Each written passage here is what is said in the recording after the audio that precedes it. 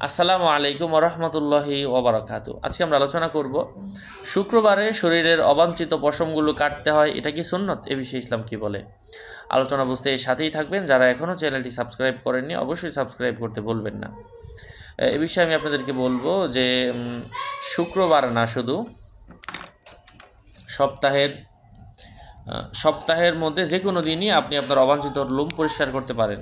তবে শুক্রবারের যে দিনটা আছে এটাকে মুসান্নিফগণ এবং ওলামায়ে কেরামগণ এবং হাদিসের মধ্যেও এটাকে শুক্রবারকে এমন ঈদ বলা হয়েছে, ঈদের দিন বলা হয়েছে।